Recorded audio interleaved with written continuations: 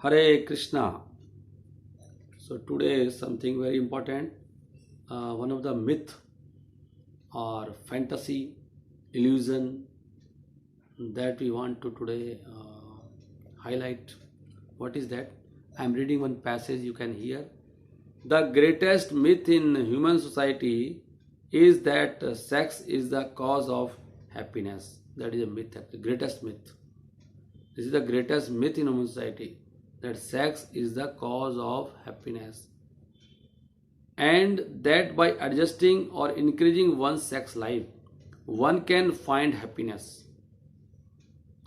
Factually, the opposite is true. The more one becomes involved in sex, the more he becomes entangled by the complexities of the actions and reactions of material life. This ultimately leads the unrestricted enjoyer to take birth in the animal kingdom, which, where he is awarded involved facilities to carry on with his sexual activities and with minimal restrictions.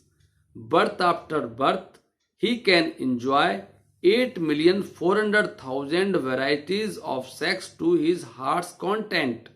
He will also experience varieties of birth, death, old age, and disease, and he will never be happy.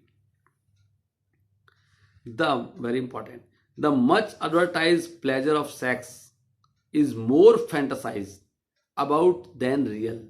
Reality is different, and this is an illusion created by foolish, ignorant people, rascals. People assume that sex will bring them pleasure, but the actual act is over in a few minutes and gives far less sensual gratification than was imagined in the mind. In the long run, it brings much more trouble than enjoyment.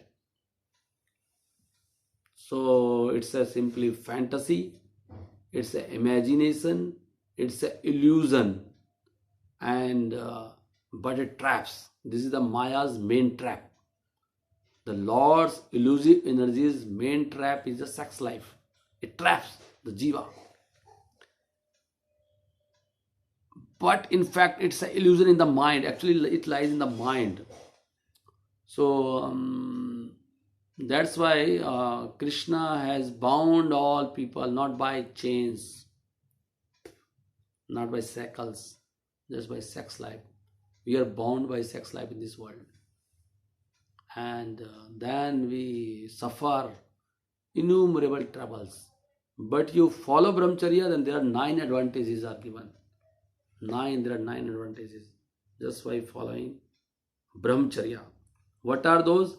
Ayu, ayu, your age will increase. Ayu, longevity. The first benefit is longevity. Ayu teja. Teja, second advantage is teja, luster. Your face will have luster. You will very luster, shining face, bright. Then balam, you will have strength. Not like you are very fatty and so much flash. Actually, you will have strength. Then viryam. Viryam means what? You will have vigor. Some people, they are very bullish, strength, but they don't have vigor. They have no enthusiasm, vigorous. So vigor is there. Very energetic if you are following brahmacharya. And pragya. Pragya means what? Knowledge. Knowledge will come. You will be knowledgeable. Then Sri is beauty. You will be beautiful. You look beautiful. And Cha Yasas. Yasas means fame. Your fame will increase. Then Punyataha, piety. You are very pious. And Satpriyatvam, devotion to truth will increase. They are the advantages of following brahmacharya life. Right? So you can understand that this sex life is a fantasy created by, because the new person, when he comes in this world, the boy becomes young, so he comes in contact with some ignorant foolish person who is already fantasizing about in the mind. So it's a myth. Then he creates that myth So myth spreads, is a hallucination. Actually, this act is very momentary, and enjoyment is very momentary. It's a sense gratification, like when you taste something from food you eat. Some enjoyment is there. Similarly, it says enjoyment of the touch, sense of touch. Thus, when genitals, it's a enjoyment of two urine producing, parts of the body. This sex pleasure is generating from there. Just understand. Two parts of the body. Uh, this is sexual happiness is the happiness of uniting the two urine producing parts. You can understand. It's a very abominable. Actually, it is a very abominable pleasure if you see from the higher platform. That's what is said in one verse. Prahlad Maharaj is telling to Narsingh Dev, Yan Maithuna Adi Grah Medhi Sukhami Tucham. This Maithun, this sex life, the pleasure of sex life is a Tucham. But for foolish, ignorant people, it is very high. Why? Because of fantasy. It's a fantasy. Actually, it is not there that much. It's a very momentary pleasure. It's chemical reaction kind of. Some chemical reaction is happening in the body. And it is not related to the soul. It is related to the body. But whole world, big even sannyasis, they fall down to it. Because swamis fall down to it. A fantasy. Because though they don't hear from the proper source, they haven't got the mercy of a person who is free from it. So you have to approach a person who is free from sex life. And who can be free?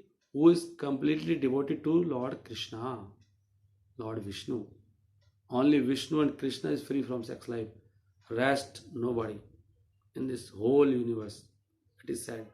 Only one person free, that is Krishna. And Vishnu is his representation only for this world. So, and the devotee, because they are devoted to Krishna, they are serving him, by his mercy they are also free. So you have to find a person who is free from this. Otherwise, this will bind you, this world, and then they will give you innumerable. So much sex life means cancer, and mahasano, krodha, frustration happens. Actually, whatever frustration is there in this world, that is coming from this lust, sex life. More sexual, more, this lustful person, more frustrated. They can cover up, but inside they are frustrated. Frustration. Because they are going away from the soul pleasure. They are trying to enjoy material pleasure. And is the greatest illusion, the most dense darkness. You see the people, some people, they live, they spread nudity and they remain nude and they are mad after it. There's pornography and all that. If you see their actual life, they're just mad. It's like a dog. A dog is pleasure. So, if you want to attain this permanent pleasure, it's a very momentary. You can't enjoy it more. You can enjoy it for 1 hour. Can you enjoy it 24 hours? You will die very early, because sex life eats your life, and brahmacharya gives you longevity. So Krishna has not produced it to enjoy. This is it's the purpose. There is a proper purpose of this. You can produce nice children when you do the Garbhadan Sanskar. There is a proper way to unite a woman. It's kind of yagya, not out of lust you are meeting. Yagya, and that yagya you get some pleasure, but that is dharma, producing children. So without going for children, if it is done, that is all pap actually. This is written in Bhagavad Gita and Bhagavatam. So this is not my words. Don't some people find faults. What can I say? It's written in the Vedas. Vedas are correct, whether you understand or not understand. I'm just repeating these words of the Vedas. Hare Krishna, Krishna Krishna, Hare Hare, Hare Ram, Ram Ram, Hare Hare. So we can pray to the Lord with this Hare Krishna mantra. Hey Krishna, please save me from this illusory energy of yourself. I want to serve you. I don't want to serve Maya anymore. Please help me to get rid of this lust. Because this is just illusion in the mind. It's a fantasy. It is being advertised too much but facts are different. It's not that much, pleasing as it looks to be. And results are also very horrible. The results of going into it are horrible. Whole life struggle. Hare Krishna, Hare Krishna, Krishna Krishna, Hare Hare, Hare Ram, Ram Ram, Hare Hare. Srila Prabhupada ki jai. His Holiness Bhakti Vikas Maharaj ki jai, who has written this wonderful book. This book can help you to become great person.